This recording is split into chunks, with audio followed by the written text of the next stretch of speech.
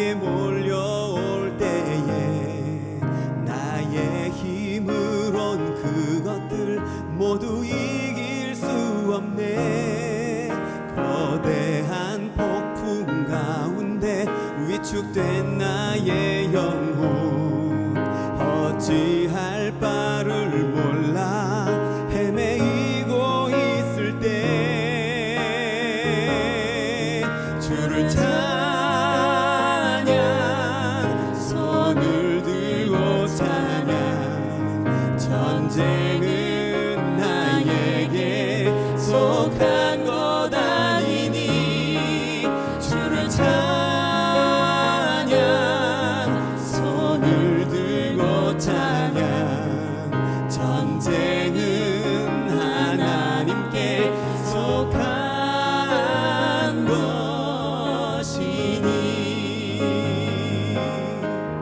거짓과 속임수로 가득 찬 세상에서 어디로 갈지 몰라 머뭇거리고 있네.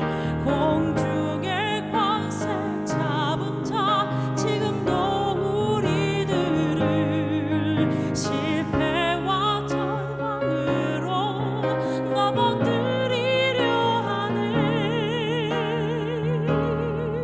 주위를 둘러보면 아무도 없는 듯 믿음의 눈을 뜨면 보이는 분 계시네.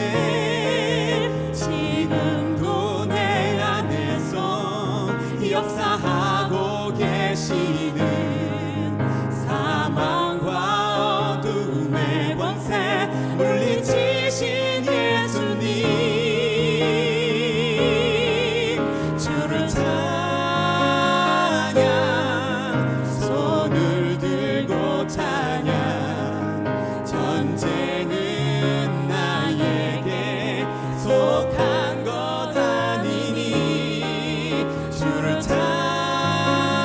찬양 손을 들고 찬양 전쟁은 하나님께 속한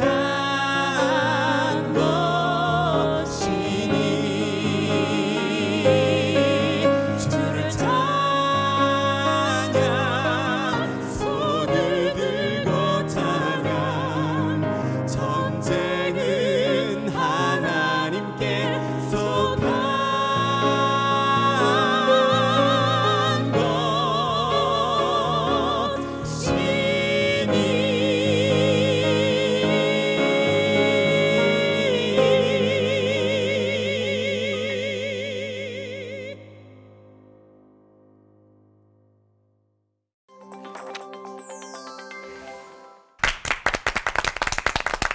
주를 찬양하는 여러 성경 인물들의 하나님과 함께하고 있습니다. 올포원 하나님 시리즈 이제 9번째 시간인데요. 오늘은 다윗의 하나님입니다. 일전에 우리 성경 인물 시리즈에서 우리가 몰랐던 다윗을 다뤘었는데 기억하시나요? 그럼요. 네. 기억하고 있습니다. 네, 어린 자에서 또 유다의 왕으로 또 뭐 작은 자에서 네, 큰 자로 쓰임 받은 대표적인 인물로 다들 기억하고 계실 텐데요. 아, 네. 느낌 오죠. 네. 그리고 사울 왕은 사실 원수잖아요. 근데 그 원수의 자손을 끝까지 돌보주는 관용의 사람으로서도 참 많은 감동을 받았던 것 같아요. 네. 맞아요. 근데 다윗 하면은 이렇게 따라붙는 간음과 살인이라는 이 꼬리표가 있잖아요. 그것 때문에 사실은 하나님께 여쭤보고 싶은 것들이 좀 있어요. 네. 아니 저는 이 이야기를 들으면서 네. 죄 지을 거 다 짓고 기도하면 뭐합니까? 하나님이 제가 하나님이었으면 야 다윗 너 내려와 이랬을 텐데 생각해 보니까 나도 죄인이네. 어쩔 수 없는. 그러네요 목사님. 네. 어떻게 해야 됩니까? 내가 하나님이었으면 나도 다윗을 그냥 혼냈을 것 같은데 네. 하나님이 내가 아닌 게 참 다행이다. 맞습니다. 진짜 다행이지. 그런 인생도 있구나 어, 이렇게 생각합니다. 저를 보시지? 자녀가 용서해도 쫓아내지 않죠. 맞아요. 처럼 하나님이 우리를 지으셨기 때문에 견뎌주시는 것 같아요. 네. 아멘. 자, 유난히 물어보고 싶은 게 많은 다윗의 하나님. 목사님들의 설교에서 하나님의 의중을 찾아봤으면 좋겠습니다. 권호 목사님 설교부터 청해 듣죠.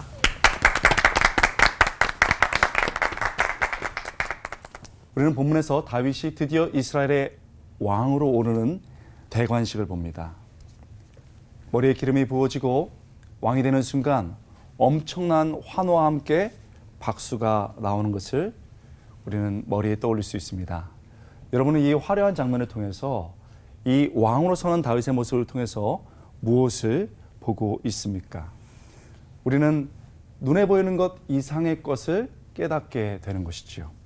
첫 번째, 우리의 때가 하나님께 달렸다는 겁니다. 다윗이 기름 부음 받고 왕이 된 것은 기름 부음 받은 이 행위는 이번이 첫 번째가 아닙니다. 세 번째입니다. 첫 번째는 10대 소년일 때 그의 집안에서 사무엘이 가족 앞에서 부었던 기름 부음입니다. 두 번째는 20대 청년이었을 때 유다의 왕이 될 때 사무엘 하에서 두 번째 기름 부음을 받았습니다.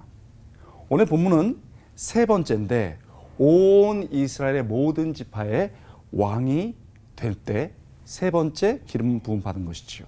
사무엘의 첫 번째 기름 부음 받고 약 15년이 흐른 뒤에 드디어 왕이 된 겁니다. 결국 이 약속의 성취는 하나님의 때에 이루어진 겁니다. 결국 우리 인생의 결정적인 순간은 다윗처럼 하나님의 손에 있는 겁니다. 그렇다면 왜 급한가요? 왜 조급한가요? 하나님 지금이라고 왜 주장하고 있나요? 우리는 조급함을 버려야 합니다. 우리의 때가 다윗을 통해 배운 것처럼 하나님의 손에 달려있기 때문입니다. 두 번째, 우리가 깨닫는 것은 상황 또한 하나님께 달려있다는 겁니다. 하나님께서 때가 되니 모든 상황을 바꾸어 가십니다. 그동안에 이스라엘의 북쪽 지파들이 다 적대적인 분위기였는데 모든 장로들이 와서 다윗에게 왕이 되어달라고 말합니다. 때를 만드셔서 화합의 분위기를 만드시죠. 때뿐만 아닙니다. 장소도 마찬가지입니다. 오늘 헤브론에서 이 대관식이 벌어지고 있는데 헤브론은 우회됨의 장소, 하나됨의 장소라는 뜻입니다. 결국 때와 장소를 하나님께서 다 준비해 주셨습니다. 결국 때뿐만 아니고 상황 또한 하나님의 손에 달렸다는 겁니다. 여러분, 상황을 하나님이 만드시기 때문에 그 만드시는 상황이 아닐 때 우리가 급하게 뛰어들거나 상황을 주도하려고 할 때는 오히려 인간 냄새가 나는 거죠. 내가 왕이 되야겠다고, 내가 주도해야 되겠다고 그러는 순간 우리의 추악함이 나옵니다. 하나님이 우리의 삶을, 우리의 상황을 목자로서, 목동으로서 들판에 두십니까? 그 들판에 계시지요. 하나님께서 상황을 바꾸셔서 우리를 왕궁으로 인도하십니까? 두렵고 떨리지만 그것을 받아들이며 감사하며 하나님을 바라보며 한 걸음 한 걸음 나가십시오. 우리의 상황을 만드신 하나님을 보면서 그저 최선을 다하는 우리가 될 수 있길 주님의 이름으로 축복드립니다. 여러분은 왕이 되는 다윗을 통해서 때와 상황이 하나님께 달렸다는 것을 깨닫습니다. 그러나 이 본문이 진짜 말하고 있는 중요한 것은요, 진짜 왕은 하나님이라는 겁니다. 다윗이 왕이 된 것이 그의 위대한 업적 때문이 아닙니다. 사람들이 간절히 원했기 때문에 된 것도 아닙니다. 이것은 표면적인 이유죠. 근본적인 이유는 본문에 따르면 하나님의 말씀의 성취라고 말하고 있습니다. 여호와께서 사무엘을 통하여 전하신 말씀대로 되었더라. 키 드바르 여호와, 여호와의 말씀처럼. 여러분, 결국 하나님의 말씀이 성취되었습니다. 이 땅의 왕인 다윗을 세운 것은 온 우주의 왕이신 하나님의 손에서 이루어진 일이었습니다. 그 앞에 다윗이 있지만 그 뒤에 모든 인생을 주관하시는 하나님이 서 계신 겁니다. 결국은 우리는 이 본문을 통해서 진짜 왕은 다윗이 아니고 그 다윗을 세우신 하나님이 왕이라는 것을 깨닫게 되는 것입니다. 아멘. 여러분, 다윗은요, 이 사실을 너무 잘 알고 있었습니다. 그래서 모든 사람들이 다윗을 보면서 그가 왕이라고 말할 때 아니라고. 진짜 왕은 여호와 하나님이라고 그의 마음에 고백하고 그의 입술로 찬양하는 것을 볼 수 있습니다. 시편 145편에 잘 나타나 있죠. 왕이신 나의 하나님이여, 내가 주를 높이고 영원히 주의 이름을 송축하리이다. 내가 날마다 주를 송축하며 영원히 주의 이름을 높이리이다.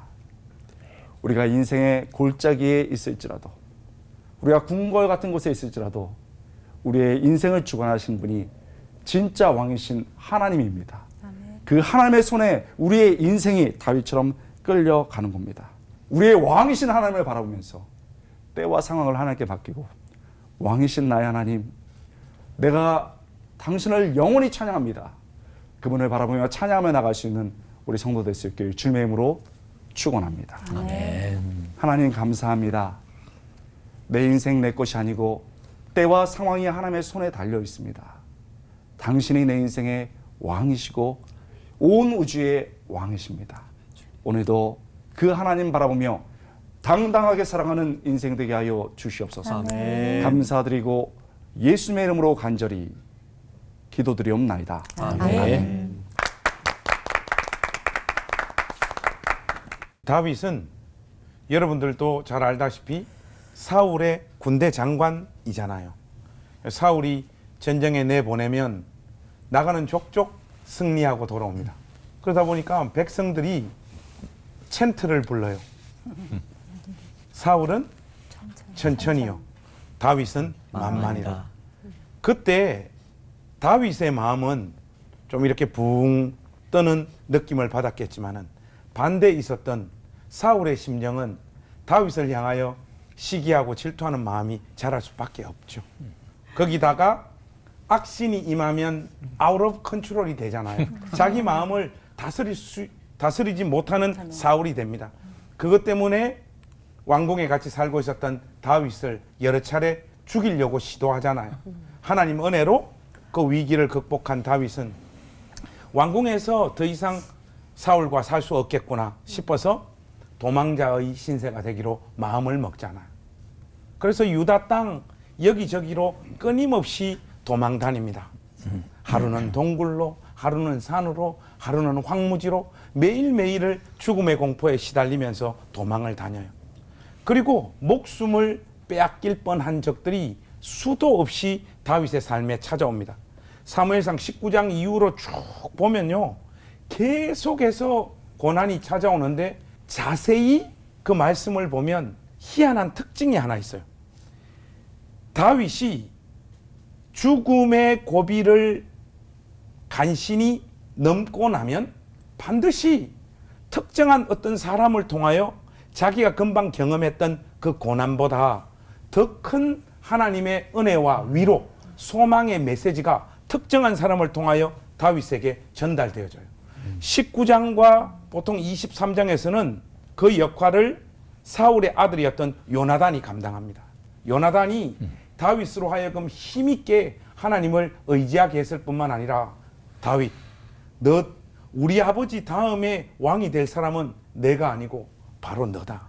그리고 우리 아버지 사울도 그 사실을 이미 알고 있다. 이 극심한 고난 다음에는 그 고난보다 더 크고 더 심령을 적셔주는 하늘로부터 임하는 위로가 특정한 사람을 통하여 주어졌어요. 오늘 함께 살펴보는 이 24장에도 똑같습니다. 동굴에 숨을 죽이고 납작 엎드리고 있는 다윗. 그 다윗이 숨어 있는 동굴 안으로 사울이 뒤를 보러 들어옵니다. 여기서 뒤를 보러 들어온다는 것은 용변을 보기 위해서 들어오는 거예요. 여러분, 고대 사회 때 왕이 긴 옷을 내려가지고 발을 가리우고 용변을 보는 모습을 한번 떠올려 보십시오. 그 동굴 속에 있었던 다윗이 살짝 돌아가서 칼을 뽑아서 사울의 목을 간단히 베면 게임 끝나는 거예요. 그런데 다윗이 이를 악물고 이 행동을 감행하지 않습니다. 그리고 그 동굴 바깥으로 나와서 왕이시여 도대체 저한테 왜 이러십니까? 이야기를 하니까 그 다윗의 모습에 사울의 마음이 녹습니다. 이번에는 이 위기를 겪고 난 다윗에게 누가 격려를 하는가 하면 사울 자신이 격려를 쏟아붓습니다. 24장 17절과 20절에 보면 다윗 네가 왕이 될 것이라고 말하고 19절과 21절에는 하나님께서 바로 그 일을 성취하고 이루실 것이라고 말을 해요. 이 사건이 이가 한 번으로 끝나지 않습니다. 이런 고백을 토해 놓았던 사울이 또 다윗을 잡으러 갑니다. 참 희한한 친구죠. 26장에도 3,000명을 끌고 다윗을 잡으러 가는데 잡다가 피곤해가지고 잠에 들어요. 그런데 그 모습이 다시 다윗에게 발각되어집니다. 이번에는 정말 죽여도 되잖아요. 무엇보다도 함께 갔던 참모가 다윗이요. 이것은 하나님께서 당신에게 허락하는 기회입니다. 빨리 저 사울의 목을 베십시오 하는데 이번에도 물병과 창을 가지고 나와요. 그리고 다시 한번 저한테 왜 이러십니까? 멀리 떨어져서 사울을 향하여 메시지를 던지죠. 이때 사울이 눈물을 펑펑 흘리며 나는 너를 괴롭히고 죽이려고 했지만 너는 나에게 선을 베풀었도다. 이렇게 이야기한다. 다윗 삶 속에 있었던 수많은 고난, 그리고 그것도 굉장한 강도의 고난, 이것을 이겨낼 수 있었던 유일한 방법이 뭔가 하면 그 고난보다 그 삶을 통과하는 순간순간 하나님으로부터 받았던 은혜, 약속의 말씀, 위로가 있었기 때문에 이 고난을 견뎌냈던 거예요. 다윗의 모습을 보면 어떤 부분이 가장 인상적인가 하면 하나님의 은혜로 말미암아, 이 하나님 주신 위로로 말미암아 인간이 가지고 있었던 본능을 이겨낸다는 거예요. 자기를 수도 없이 여러 차례 죽이려고 하는 사울, 그것도 결정적인 기회를 여러 번 얻은 이 다윗이 그것을 참을 수 있었던 것은 의지력이 아닙니다.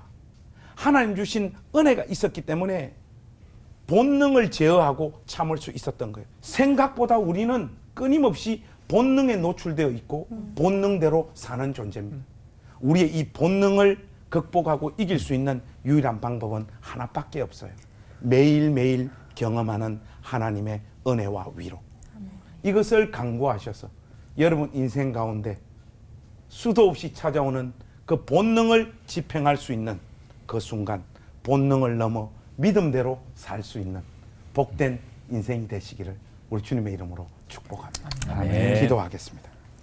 하나님, 주님, 인생의 순간들마다 본능의 집행자로 사는 것이 아니라 믿음으로 살아내는 우리 모두가 되어지도록 은혜 베풀어 주시옵소서. 아멘. 예수님의 이름으로 기도하옵나이다. 아멘. 여호와는 나의 목자시니 내게 부족함이 없으리로다. 이렇게 시작되는 시편 23편은 다윗이 목동 시절에, 젊은 시절에 썼다기보다는 자기 한 평생을 돌아보면서 노년에 쓴 시라는 것이 사람들의 정선이라고 생각이 듭니다. 그 다윗의 시편 23편 4절을 보면 이런 구절이 있죠. 내가 사망의 음침한 골짜기로 다닐지라도 해를 두려워하지 않을 것은 주께서 나와 함께 하심이라. 그리고 그 다음 구절이 주의 지팡이와 막대기가 나를 안위하시나이다. 이렇게 표현됩니다. 여기서 주의 지팡이와 막대기, 이것은 사실은 히브리 시에서 나오는 수사법 중에 하나는 이 대귀법이라고 하는 것이니까 특별한 의미를 두지 않고 해석하는 사람들도 많지만 교육학이나 이런 전공하신 분들은 여기 아주 특별한 의미를 찾아냅니다. 지팡이는 넘어질 때 이렇게 지탱하는 거니까요. 그 훈계 혹은 교훈이라고 해석하고요. 막대기는 엉뚱한 길로 가면 따닥 때려서 하니까 이것을 책망이라고 합니다. 그러니까 하나는 당근이고 하나는 채찍이고 그렇게 표현한 거죠.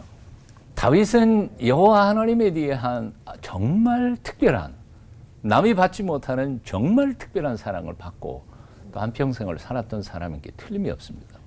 근데 그럼에도 불구하고 아까도 목사님도 말씀하셨지만 순간적인 육신의 욕망을 이기지 못하고 그만 자기 충성스러운 부하인 우리아의 아내 바세바를 범하고 말지요. 간음죄죠.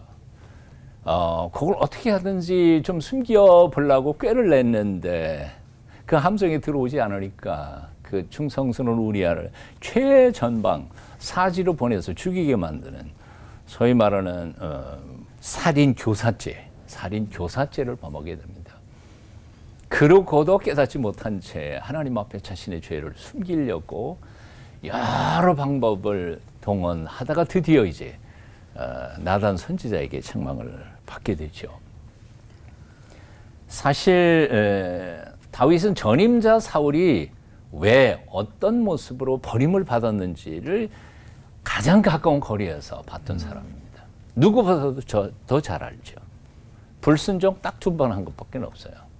그 이상이 없었어요. 굉장히 겸손한 왕이었음에도 불구하고 하나님은 가차없이 처리를 해버리셨어요.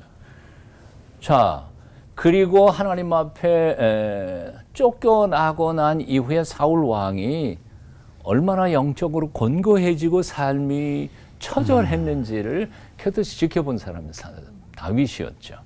악령에게 시달릴 때 그 엽스 음악을 하면서 그 영혼을 달랬던 사람이 자기니까요. 사울과는 비교도 할 수 없을 만큼 엄청난 죄를 지었던 다윗이 나단 선지자 앞에 책망을 들었을 때 그 순간 어땠을 것 같아요?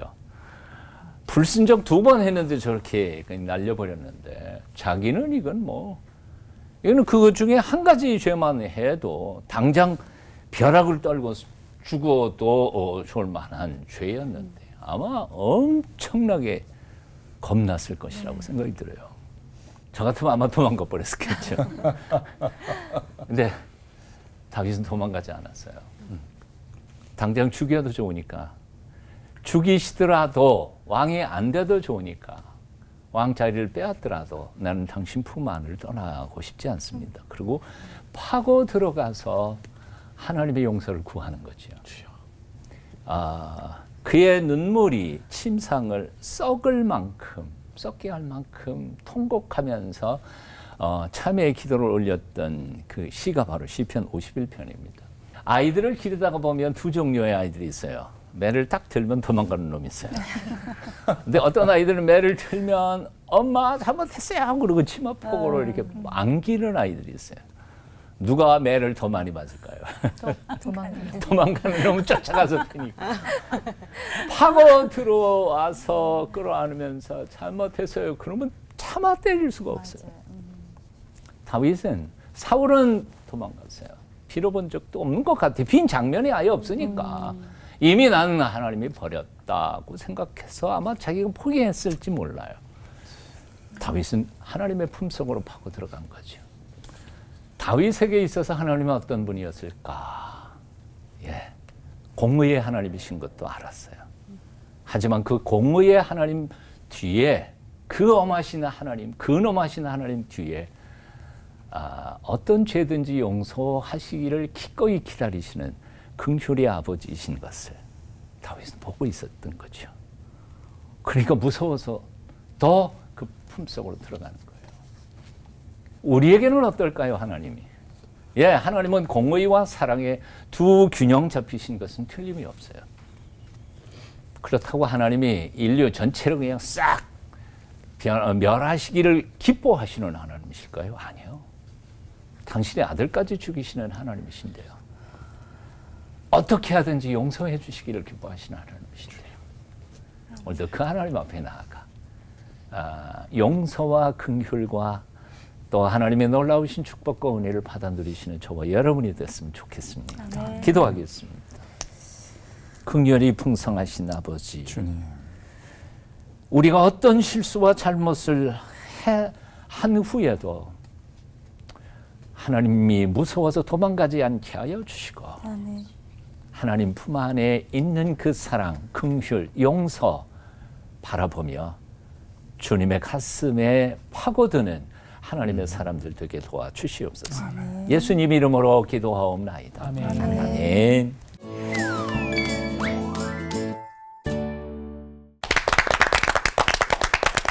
다윗이 그 수많은 고난을 당하면서 무너지어도 다시 추스르고 일어설 수 있었던 것은 만왕의 왕이신 하나님, 그 하나님이 주시는 무한정한 은혜와 사랑 때문이었구나 깨닫게 됐습니다. 근데 하나님은 다윗을 왜 이렇게도 사랑을 하신 걸까? 저는 들으면서 하나님의 사랑이 되게 징하면서도 진하게 느껴졌어요.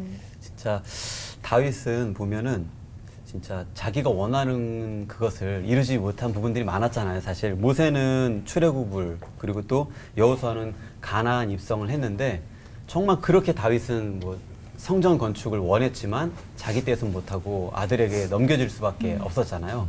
그렇다면 이 다윗이 고난과 연단을 받으면서 하나님은 그러면 다윗에게 과연 어떤 역할과 책임을 이렇게 바라신 걸지 한번 좀 목사님들께 여쭤보고 싶습니다.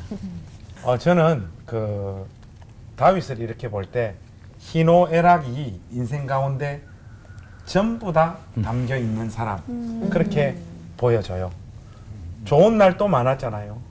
그리고 고통스러운 날도 많았고 울어야 됐던 날도 많았고 웃어야 됐던 날들도 많았고 그런데 이런 다윗의 생애를 두고 하나님께서 그를 어떻게 평가하시는가 하면 내 마음에 합한 자다.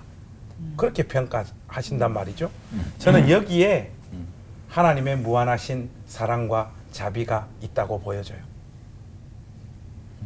다윗의 삶이 온전하거나 완전하지 않아요. 그럼에도 불구하고 하나님은 그의 인생을 내 마음에 합한 자다 이야기하잖아요. 다윗 보면 꼭 우리 같지 않아요? 여러분 같지 않을지는 모르겠는데 꼭 저 같아요. 그러니까 저는 다윗을 보면 굉장히 보통 사람 같아요. 그리스도 안에 있는 보편적인 신자가 통과하는 삶의 모습을 지닌 사람. 그것이 다윗의 역할인 것 같아요. 이런 좋음과 나쁨과 신실함과 범죄함이 다 담겨 있는 이런 인생을 하나님 마음에 합한 자라고 평가해 주시고 이런 자를 붙잡아 하나님의 역사를 하나님은 이루어 가시잖아요. 여기에 다윗의 역할이 있다고 보여줘요. 낙심하지 마라. 잘 되었던 날 교만하지 말라. 그리고 무엇보다 끝까지 신실하게 그리스도 안에서 너에게 주어진 그 삶을 경주해라. 그 마지막은 죄와 신실함이 공존한 우리의 인생이라고 할지라도 하나님은 내 마음에 합한 자다. 우리를 향해서도 그렇게 평가해 주시려 저는 확신합니다. 큰 역할을 했네요. 이런 모습을 보여주는 이런 역할의 주인공이 다윗이라고 생각합니다. 네. 다윗에게 왜 성경 건축을 허락을 하지 않으셨을까? 뭐 그 이외에도 허락하지 않은 부분들이 굉장히 많잖아요. 참 하나님 마음에 드시는 일꾼이었는데도 불구하고 허락하지 않고 고생 죽도록 하게 하고 뭐 범죄를 통해서도 회개하게 하신 이유가 무엇이었을까? 저는 이렇게 생각해요. 우리 김 목사님 말씀하셨던 것처럼 다윗의 생애 전체가 우리 인간들의 거울이죠, 뭐 완전히. 그래서 실제로 다윗을 하나님은 우리 믿음의 길을 걸어가는 모든 사람들에게 보여주시는 인격 혹은 신앙의 삶이 어떠한지를 가르쳐주기 위한 교과서로 다윗의 생애를 영광 받으시는 거지. 다윗이 무슨 뭐 그 이스라엘 통일 국가의 초대 왕 이런 업적이 중요한 건 아니라고 생각해요. 업적도 아니고 성경 건축도 아니고 그것은 지금 오늘날 우리에게도 마찬가지라는 생각이 들어요. 우리가 뭐 교회를 짓고 뭐 큰일 하고 큰일 해봤자 우리가 무슨 큰일을 하겠어요. 근데 착각하는 게 있어요. 하나님의 영광을 위해서 뭐 엄청나게 일할 것 같은데 결국 하나님이 우리에게 요구하시는 것은 내가 떠나는 그 순간 얼마나 예수님을 닮아 있는지 나의 인격과 신앙의 모습이지. 그런 점에서 다윗은 정말 우리에게 배워야 하고 회개해야 하고 경계해야 할 부분들이 너무너무 많이 있는 종합교과서가 아닐까. 신앙교과서가 아닐까. 그런 걸 생각돼요. 저는 다윗을 보면서 처음엔 다윗이 되게 눈에 보여요. 어린 소년으로서 기름 부음 받고 또 골리앗과 싸우고 왕이 되고 그런데 결국은 다윗은 하나님의 사랑을 보여주는 것 같아요. 그러니까 다윗이 하나님을 사랑했지만 그 사랑이 사실 여인의 사랑으로 바뀌었거든요. 하나님께서 다윗에게 권력을 주셨지만 힘을 주셨지만 사실 그 힘을 잘못 사용하는 거거든요. 그러니까 다윗조차도 변제된 사랑으로 정직하게 보면 특히 그 후반부는 더 그래요. 변하지 않는 사랑이 있는데 그게 하나님의 사랑이라는 거죠. 그래서 그 순수했던 사랑도 인간의 사랑으로 바뀔 수 있고 정말 감사했던 힘도 휘두르는 힘이 될 수 있다는 것을 다윗은 보여줘요. 근데 다윗의 얘기가 절망스럽지 않은 거는 그런 다윗을 포기하지 않더라는 거예요. 다윗은 사실은 표면적으로 보면 하나님이 택하신 왕을 보여줍니다. 그런데 방금 말한 것처럼 그 왕은 인간의 사랑에 집착하기도 하고 자기의 힘을 계수하기도 했던 왕이에요. 그래서 다윗은 굉장히 이스라엘 역사에서 훌륭한 왕이지요. 그래서 이스라엘 국기가 아직도 다윗의 별입니다. 그만큼 다윗이 훌륭한 왕이었어요. 몇 가지 실수에도 불구하고. 그럼에도 불구하고 우리는 잘 알죠. 그러면 그 구약의 이스라엘을 다스리는 그 왕, 표본으로서의 왕이 있는데 흠모해요. 하나님이 이 이스라엘을 위해서 다윗을 준비한 거죠. 그런데 그럼 우리는 뭐야? 근데 우리는 신약에 오면 새 이스라엘이라고 그러거든요. 12지파처럼 12제자를 택해서 우리를 새 이스라엘로 만드셨어요. 그러면 이 새 이스라엘, 지역, 민족 이게 아니고 전체 전 세계가 됐는데 이 왕은 누구냐? 다윗의 자손으로 오신 예수 그리스도신 거예요. 그분은 다윗처럼 인간적인 사랑에 빠지지 않으셨어요. 베드로가 안 됩니다 할 때도 왜 이래? 나는 전 인류를 위해서 죽어야 돼. 내 백성을 위해서. 예수님은 다윗처럼 마지막에 자기의 힘을 계수하면서 휘두르지 않았어요. 모든 것을 내려놓고 십자가에서 하나님께 간 거예요. 결국 다윗은 우리에게 하나님에 대한 사랑과 더불어 진짜 왕을 세우시는 하나님, 다윗의 후손 오신 예수님을 보여주고 있는 거죠. 그래서 다윗 자체도 굉장히 감사하면서 다윗의 자손 오신 그 우리 주님 예수님을 높일 수밖에 없고 우리는 그래서 감격하는 것 같습니다. 네. 하나님이 한 사람 한 사람을 얼마나 특별한 방법으로 사랑하시는가를 다윗의 하나님 편을 통해서 우리가 또 배우게 되는 것 같습니다. 오늘도 설교를 들으면서 궁금한 점들이 이렇게 문득문득 떠오르는데 잘 체크하고 계시는 거죠?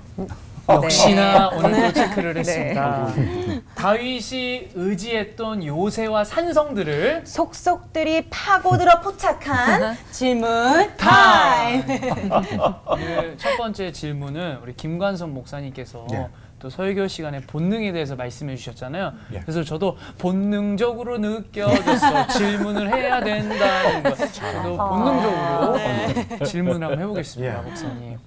다윗을 보면서 우리가 지배당하면 안 되는 본능들이 어떤 것이 있을까? 그리고 목사님은 혹시 본능을 믿음으로 위장해 보신 적이 있으세요? 오, 센데요. 센데요. 네. 들어왔어. 어려운 질문을 던지세요. 본능적으로 느껴졌어. 질문을 해야 된다는 걸. 저도 본능적으로 답을 한번 해보겠습니다. 네. 우리가 이겨내야 되는 본능은 저는 두 가지라고 봐요. 하나는 자기 합리화, 하나는 자기 증명 욕구. 이 두 가지라고 봅니다. 근데 우리는 본능적으로 자기가 하는 일을 합리화하는 존재고 또 끊임없이 공동체를 이루어 살아가는 교회 안에서 자기 증명을 하고 싶어서 환장한 존재. 우리가. 맞아요. 이거는 우리의 본능입니다. 맞아요. 본능인데 사무엘상 26장에 보면 다윗이 마지막으로 사울을 죽일 수 있는 기회가 주어져요. 그런데 24장부터 쭉 읽어보면 참모들이 이 기회는 하나님께서 주신 기회다. 목을 베라 이야기한단 말이죠. 옆에서 친한 사람이 부추기는 거 더하기. 하나님 이름 합쳐지면요. 이것은 완벽한 정당성이 만들어지는 거예요. 보통 보면 예수 믿는 신자들이 자기가 하는 일에 어떻게 합리화를 불어넣는가 하면 하나님 말씀을 동원한다든지 어제 저녁에 잤는데 꿈으로 하나님께서 나에게 이런 걸 보여주셨다든지 말씀을 읽는데 특별히 이 말씀이 내 가운데 다가왔다든지 그런데 그 내용, 그 하나님 보여주시는 그 사실 자체에 사실은 마음이 있는 것이 아니라 자기가 하고 싶은 일이 따로 있고 그것을 정당화시켜주고 합리화시키는 차원에서 하나님 말씀도 동원하고 꿈도 동원하는 존재가 우리란 말이죠. 네. 이런 식의 자기 합리화를 신자들은 이겨내야 됩니다. 특별히 하나님의 말씀과 하나님의 뜻을 동원해서 자기가 하고 싶은 일을 하려고 하는 이 합리화, 이 본능을 이겨내야 될 것 같고 저의 삶과 인생을 이렇게 뒤돌아보면 저의 본능을 믿음으로 위장한 적들이 참 많은 것 같아요. 우리 지금 행신침례교회가 요즘 개척하면 교회가 잘 부흥 안 하잖아요, 목사님. 맞습니다. 근데 우리 교회는 요즘 개척을 해서 교회가 자립하고 부흥한 케이스거든요. 이러다 보니까 요즘 시대의 개척과 목회는 어떻게 해야 되느냐. 그런 때 불려가서 사례를 발표하는 이런 일들이 많아요. 제가 갔다 오면 이상한 그 자부심 같은 게 자리가 잡혀요.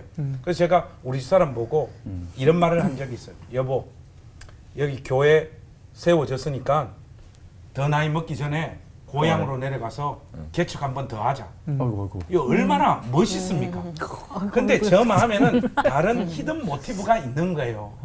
남들이 볼 때는 이것은 고생해서 이루어놓은 교회를 내던지고 다시 개척을 하러 가는 멋진 모습이지만은 이게 지금 위장되어져 있는 거예요. 근데 그걸 우리 집 사람은 탁 잡아내더라고. 당신 끝까지 그렇게 멋있는 척 하려고 그래? 뜨끔하더라고. 이렇게 우리는 희생도 자기를 증명하는 본능을 믿음으로 증명하려고 하는 그런 존재죠. 사모님 때문에 사는 거야. 그래서 우리 집사람 이야기 들으면서 제가 마음을 고쳐먹었어요.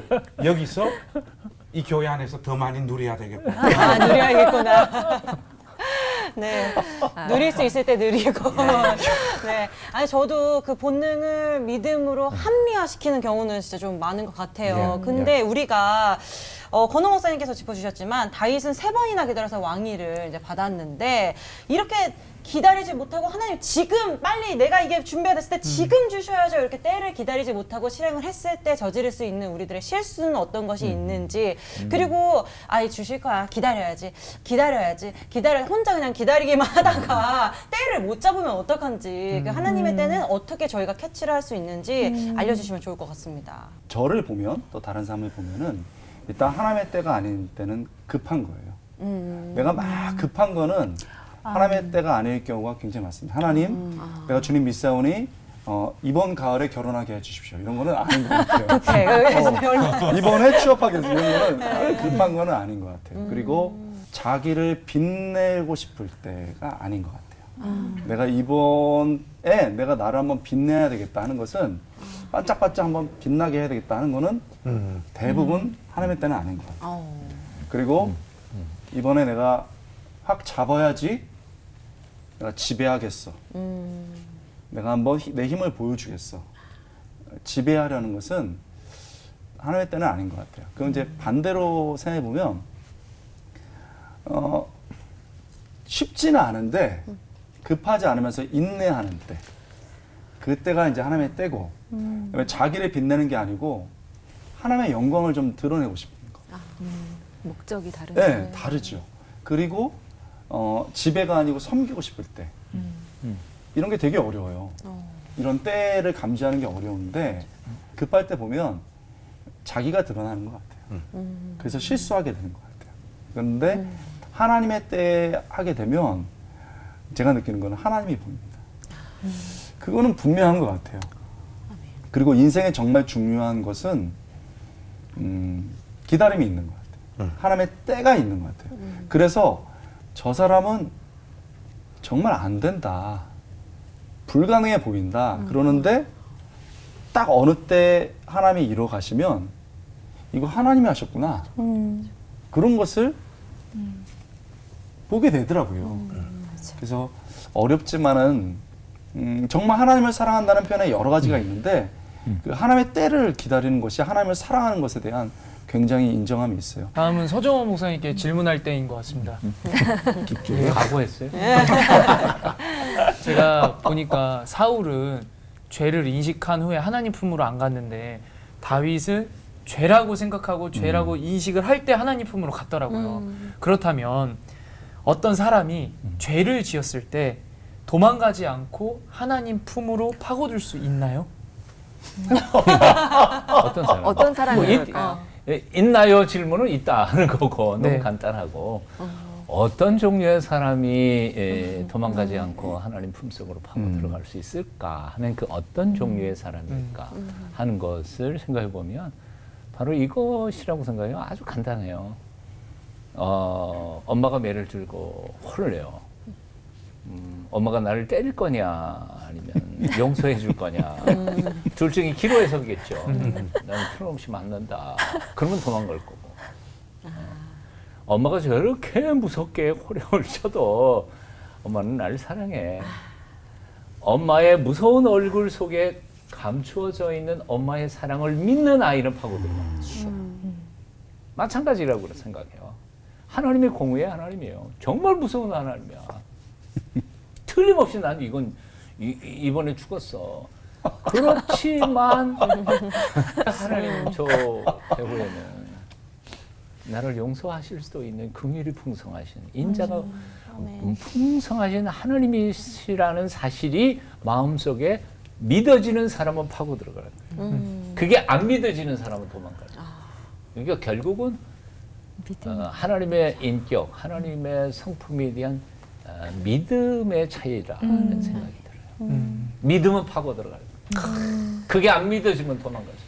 맞습니다. 믿느냐 안 믿느냐. 목사님 말씀을 들으면서 네. 부모님 경험을 어떻게 하고 자랐는가 그래도 아주 중요한 요소인 것 같아요. 저는 품으로 들어가면 맞아. 용서해 주실 줄 알았는데 들어갔더니 제대로 붙잡혀서 아이고 참. 맞았던 경험이 많아서 그 다음부터는 도망을 가버리고 그런 케이스가 그 대신 요즘은 사모님 품으로 들어가잖아요. 나 설교 잘했어 이러면서. 맞네요. 참 용서받을 수 없는 죄를 분명히 다윗이 지었는데 그 다윗의 자손을 통해서 하나님의 아들이 되는 역사를 이루신 분이 우리 하나님이십니다. 그토록 다윗을 사랑하시고 또 오늘 우리를 사랑하시는 하나님, 그 나의 힘이 되신 여호와여, 내가 주를 사랑하나이다. 이 다윗의 고백을 오늘 저희 스튜디오에 있는 우리들도 고백하게 되는 것 같아요. 그런 고백을 정말 할 수 있으려면 무엇보다도 죄에 대해서 민감해야 될 것 같아요. 나를 죄에서 구원하시기 위해서 보내신 나단 같은 존재가 있다면 누굴까요? 그리고 또 나단의 비유에 격렬하게 반응하는 다윗 같은 내 모습, 우리 안의 모습은 어떤 면일지 목사님들의 입장에서 이야기해 주시고 들어보면 좋겠습니다. 서로 쳐다보시는데. IQ 높은 사람은 저부터 하겠습니다. 나단 같은 존재가 있다는 것은 내가 잘못을 제법 많이 했다라는 것을 전제하는 말이잖아요. 목사로 살다 보면 유혹이 많아요. 그리고 그 유혹이 사람들에게 잘 안 들켜서 그렇지 무너지는 날들이 굉장히 많습니다. 그런데 저는 개인적으로 이런 저에게 나단과 같은 존재들은 목사인 나보다 하나님 앞에서 더 신실하게 살아가는 성도들의 삶의 모습, 그것이 저에게는 나단의 역할을 해주더라고요. 예를 들면 어떤 교회에 이렇게 설교하러 가요. 가면 어떤 권사님은 그래요. 목사님 설교하러 가셨다가 빨리 오세요. 그래요. 권사님 설교 끝나면 바로 돌아올 텐데 뭐 그런 거 걱정하세요? 이러면 권사님이 하시는 말씀이 그래요. 목사님 빨리 보고 싶어서 그렇지. 그런 따뜻한 말 한마디 있잖아요. 그게 누리고 싶고 더 큰 자리로 가고 싶은 마음을 쪼개버려요.